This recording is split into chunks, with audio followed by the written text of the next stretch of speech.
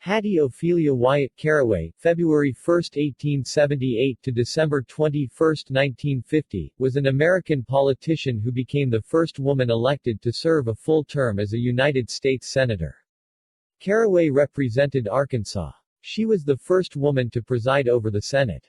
She won re-election to a full term in 1932 with the active support of fellow Senator Huey Long, of neighboring Louisiana. Early life. Hattie Wyatt was born near rural Bakerville in Humphreys County in west-central Tennessee, the daughter of William Carroll Wyatt, a farmer and shopkeeper, and the former Lucy Mildred Burch. At the age of 4, she moved with her family to Hustburg in Humphreys County. Despite her family's relative poverty, she had always hoped to pursue higher education, which was made possible through the generosity of a wealthy aunt. After briefly attending Ebenezer College in Hustburg, she transferred to Dickson, Tennessee, Normal College, where in 1896 she received her Bachelor of Arts degree. She taught school for a time before in 1902 marrying Thaddeus Caraway, whom she had met in college. They had 3 children, Paul, Forrest, and Robert. Paul and Forrest became generals in the United States Army. The couple settled in Jonesboro, Arkansas, where he established a legal practice while she cared for the children, tended the household and kitchen garden, and helped to oversee the family's cotton farm. The Caraways established a second home Riversdale at Riverdale Park, Maryland. Husband Thaddeus was elected to the United States House of Representatives in 1912, and he served in that office until 1921 when he became a U.S. Senator. Although she took an interest in her husband's political career, Hattie Caraway avoided the capital's social and political life as well as the campaign for women's suffrage. She recalled that, after equal suffrage I just added voting to cooking and sewing and other household duties. Thaddeus Caraway died in office in 1931. Following the precedent of appointing widows to temporarily take their husbands' places, Arkansas Governor Harvey Parnell appointed Hattie Caraway to the vacant seat, and she was sworn into office on December 9. With the Democratic Party of Arkansas's backing, she easily won a special election in January 1932 for the remaining months of the term, becoming the first woman elected to the Senate. U.S. Senator.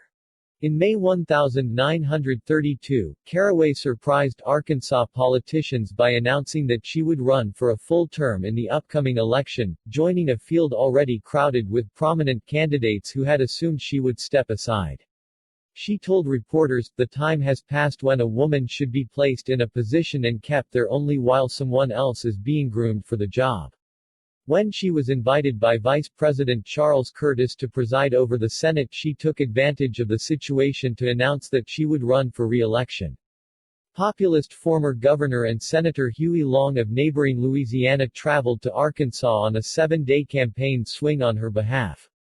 She was the first female senator to preside over the body as well as the first to chair a committee, Senate Committee on Enrolled Bills. Lacking any significant political backing, Caraway accepted the offer of help from Long, whose efforts to limit incomes of the wealthy and increase aid to the poor she had supported. Long was also motivated by sympathy for the widow and his ambition to extend his influence into the home state of his party rival, Senator Joseph Robinson, who had been Al Smith's vice presidential candidate in 1928. Bringing his colorful and flamboyant campaign style to Arkansas, Long stumped the state with Caraway for a week just before the Democratic primary. He helped her to amass nearly twice as many votes as her closest opponent. Long effectively used a method to quiet crying babies at campaign stops in Arkansas to encourage voter interest. Mrs. Caraway would never forget nor cease to laugh over the plans we made for caring for obstreperous infants in the audience so that their mothers might listen to the speeches without the crowds being disturbed. I remember when I saw her notice one of our campaigners take charge of the first baby. The child began fretting and then began to cry. One of the young men accompanying us immediately gave it a drink of water.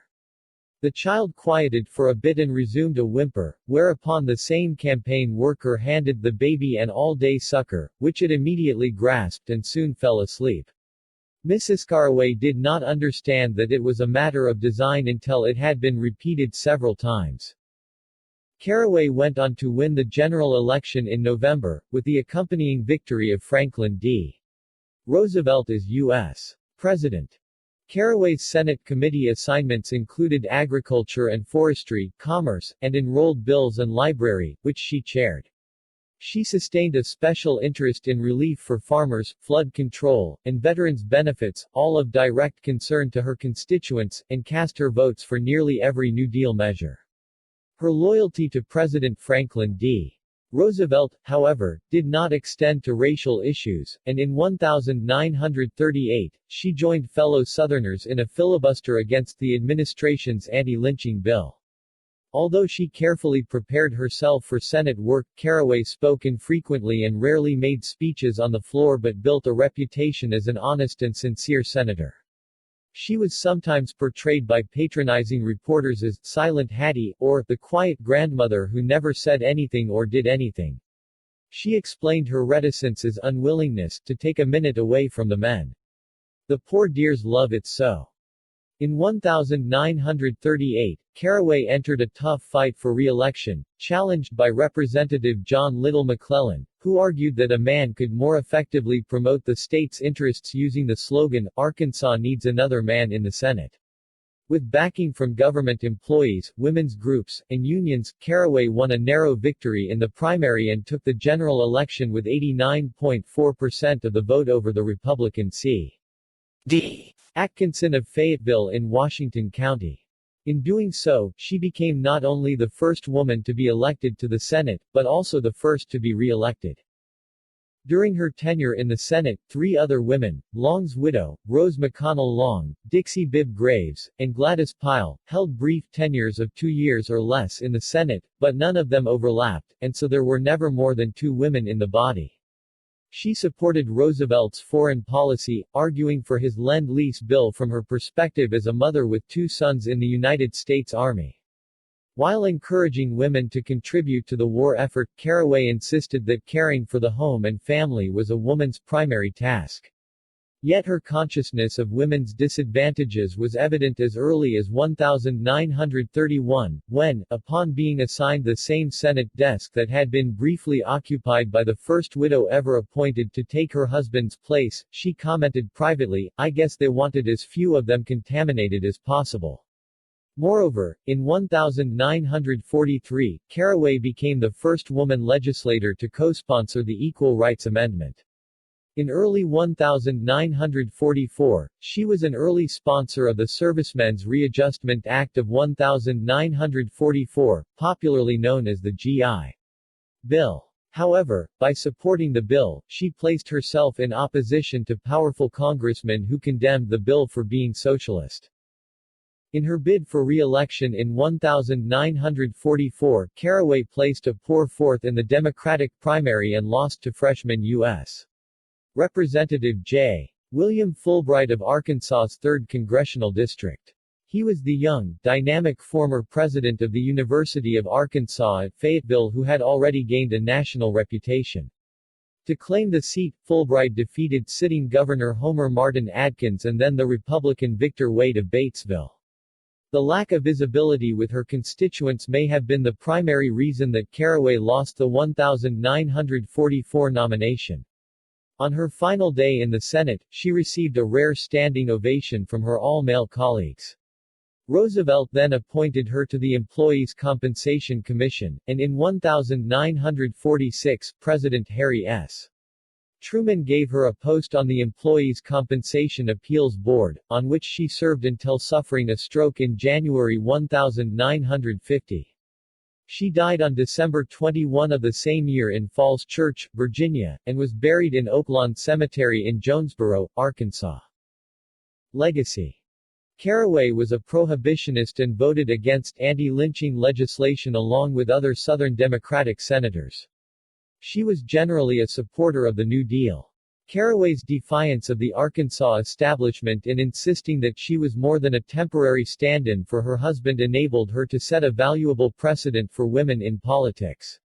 Although she remained at the margins of power, Caraway's diligent and capable attention to Senate responsibilities won the respect of her colleagues, encouraged advocates of wider public roles for women, and demonstrated that political skills were not the exclusive property of men.